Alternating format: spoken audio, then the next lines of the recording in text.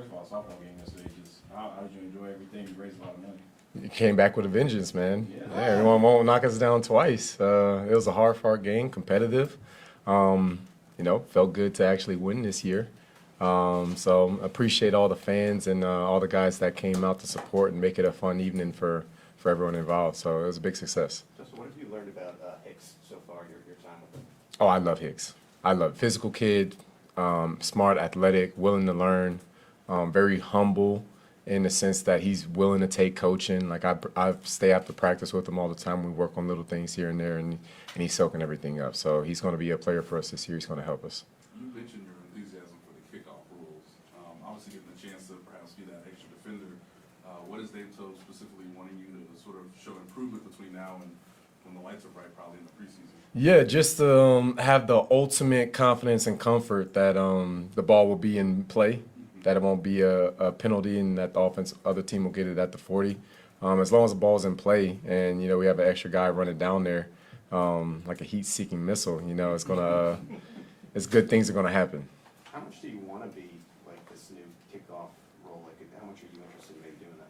Yeah, I mean, I'd love to because special teams plays a vital role in the game. It's like the game is three phases: offense, defense, and special teams. And in the Super Bowl, special teams was the difference with us winning and losing. We had that punt that we were able to capitalize on and get the ball back for our offense near their goal line and capitalize on that turnover. So special teams makes a humongous difference, and I'm willing to do anything to help us win. We see you getting some reps out here when we're out here, but how much more are you working on it? Are you working on it at home? I mean, how do you go about practicing that intricate little kick? Yeah, so I have a tee in some footballs that I had ticking with me before we started the OTAs. So I worked on it in just some grass fields, just making sure there's good contact. And then OTAs has just been mainly here, and I'll take those same footballs with me in this next break and just continue to stay sharp with it. Justin, what was your initial reaction to learning about the new rule? And we've heard guys say before, hey, I want to come to the coaching staff with an idea. Was that sort of what happened once you sort of No, I think it was already understood without even having to be said out loud, because every year I try and kick. You know what I mean? I just like to do it for fun. So I petitioned Coach Tove the last 2 years to let me get some in the preseason, and of course, the first year the Arizona game. So it was just a natural fit. Like he knew I'd be excited about it, and we think we can turn it into a weapon this year. Speaking of special teams, I assume you were in the meeting yesterday. Just can you tell us what you saw from your vantage point?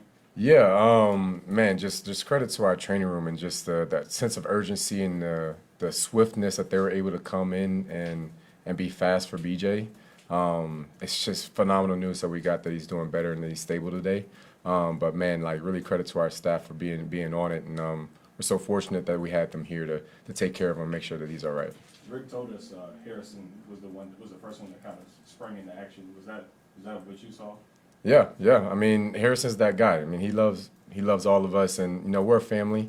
This is so much deeper than just football, and yeah, I mean, we root for each other, and in a moment like that, you just have to call yourself into action. Harrison did that, and the trainers moved so quickly to be able to rescue BJ, and help make it happen. Justin, what have you seen from Najee Johnson just this past year after his injury?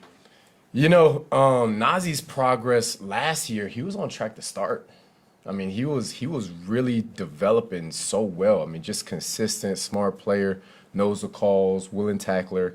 And then he had that unfortunate injury, and he's been shaken back. I mean, he was able to get some more reps with the ones again today. And he's healing remarkably and really moving around well. So he'll continue to build his confidence back up, and he'll be another good player and another weapon for us. Kind of on that front, what makes replacing Legere Sneed so challenging for you there? Yeah, you don't replace a guy like LJ. You don't replace. I mean, LJ is special, man. He was unique. He was physical. We all loved him here. But there is opportunity for the next man to create his own stamp. You know what I mean? So you don't look for a carbon copy. There won't be another LJ. But there's opportunity on the field right now for Josh Williams, for Najee Johnson, for Jalen Watson, for some of the rookies that we brought in. There's opportunity there for those guys to step up and create a name for themselves. So we just continue to coach them up and allow them to have the opportunity to do that. Just for clarity, were you guys aware that BJ was awake and alert before today's practice, or did somebody inform you guys during today's practice? Yeah, Rick let us know in a team meeting earlier today. Last one, Adam. Justin, you obviously have mini camp and the ring ceremony next week, and then you have that block of time before camp starts. What's that block of time gonna be like for you? How do you get yourself ready in that period for a season? Yeah, so I have a consistent routine. There's a group of DBs that I train with every year, about 14 of us. We usually go to Phoenix, and we go train there, and we'll go there about 2 weeks before training camp, and we'll continue. So the first 2 weeks, I'll most likely be here just continuing to work with our strength staff because they do an excellent job keeping guys in shape, and they'll get you prepared for the grind that training camp at St. Joe's always is. And then the next 2 weeks is more technical stuff that I go train with the DBs that I work with every year with Ryan Clark leading us. No, I'm sorry, go ahead. Yeah, that's about it. You do that in Phoenix too? Yeah, the training with the DBs is in Phoenix. The training with the staff is here. Outdoor or indoor? A little both. Yeah, when we go at like 6:37 in the morning, so we get there before the sun comes up. All right, Yeah. thanks, guys. Thank you. Yeah. Thank you, Justin. Appreciate